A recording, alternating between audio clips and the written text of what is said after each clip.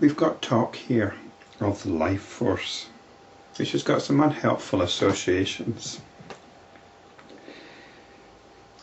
But from the context, we can understand life force as the attention which is being hijacked by one notion or another. It's because of the movement of the life force that one remembers the experiences one had elsewhere. So here we're talking about memory, and the attention gets caught up in memory. We could also say it gets caught up in daydreams, contemplations of future events or alternative scenarios, and so on. And this is the mind. It's known as mind because it thus experiences movements of life force. And then we're told that the life force can be restrained by the following means: dispassion, pranayama, or by awareness, the practice of inquiry into the cause of the movement of the life force. Do we want to restrain the life force? Do we want to restrain the attention? This is what traditional yogic practices are about. And perhaps we do want to restrain the attention. Depends what sort of state our mind is in. We certainly can't practice self-enquiry if the attention is all over the place.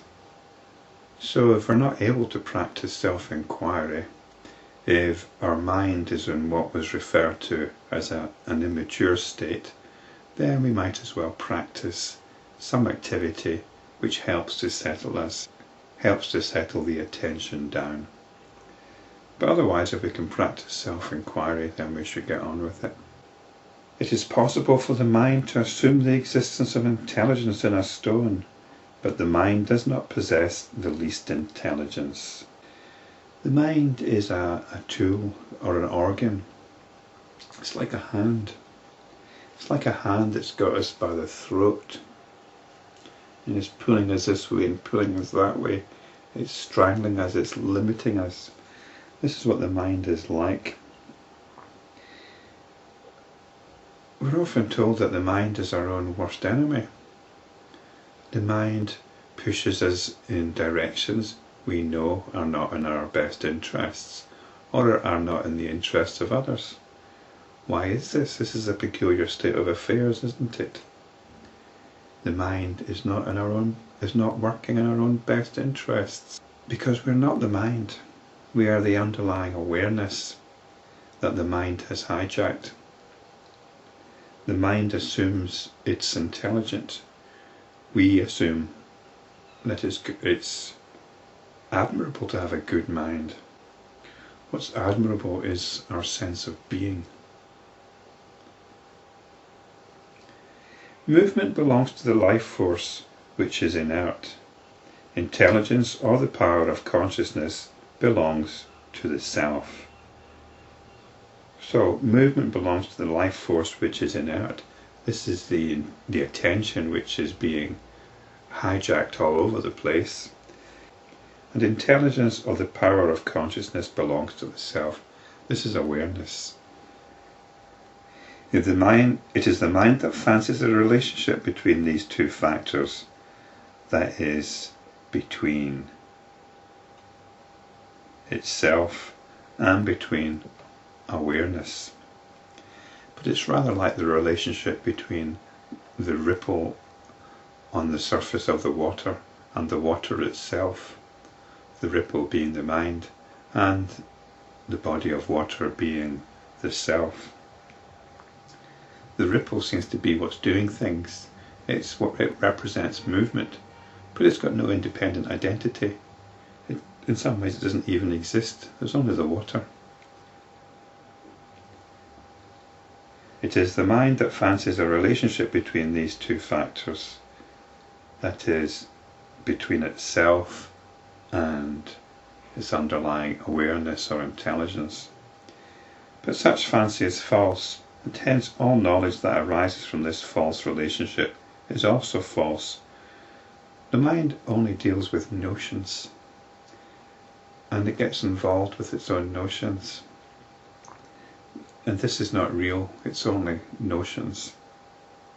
And this is known as ignorance, as Maya, or cosmic illusion, which gives rise to the dreadful poison known as world appearance.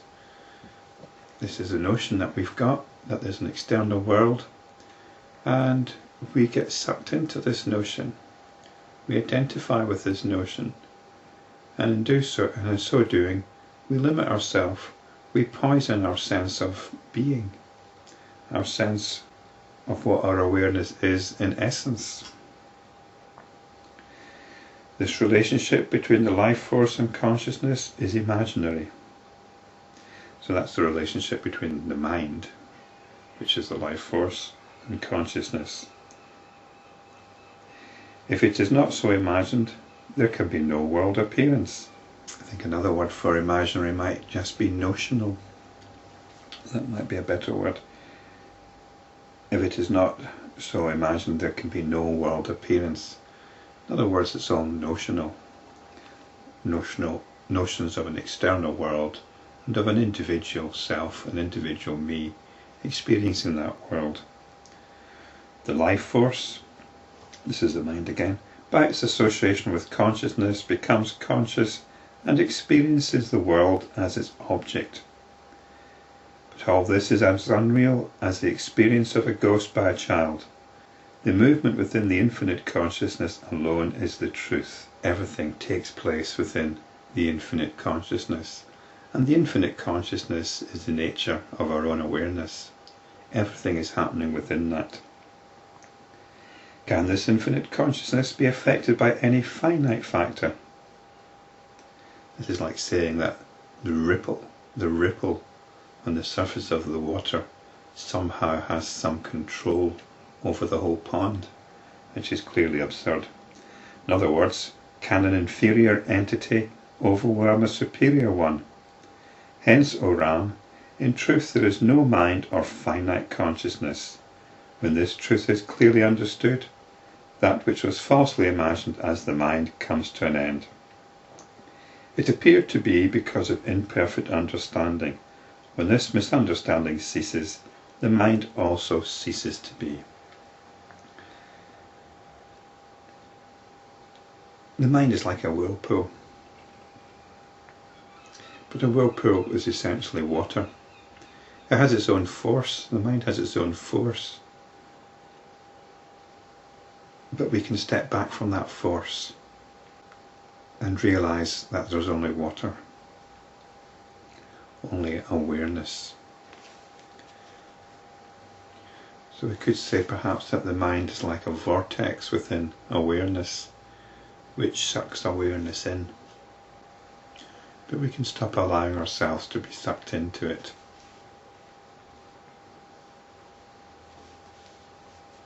And in that way, the force of the mind diminishes.